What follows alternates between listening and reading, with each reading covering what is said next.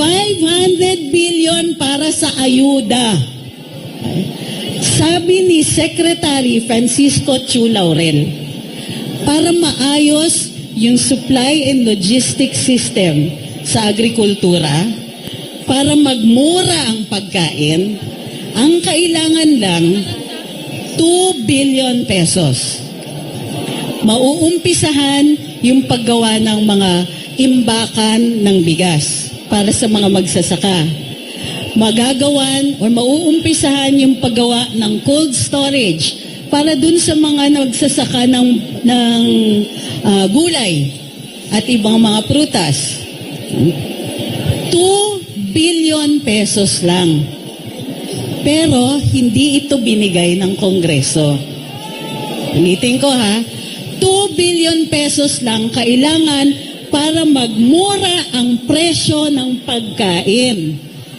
Pero naglaan sila ng 500 billion pesos para sa pamimigay nilang ayuda in aid of elections. At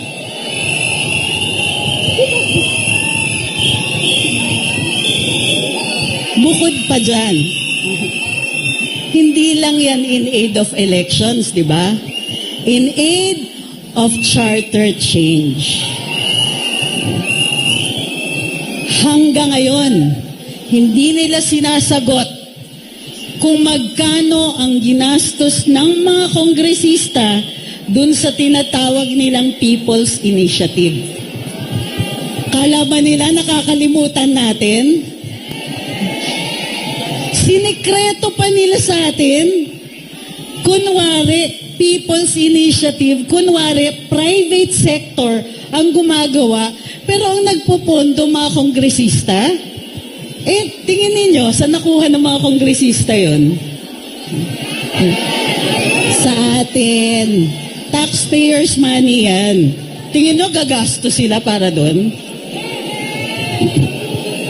So, nagpi-People's Initiative sila, nagbabiyahe, naghahanap ng paraan para tumagal at tumagal sila sa kanilang pwesto.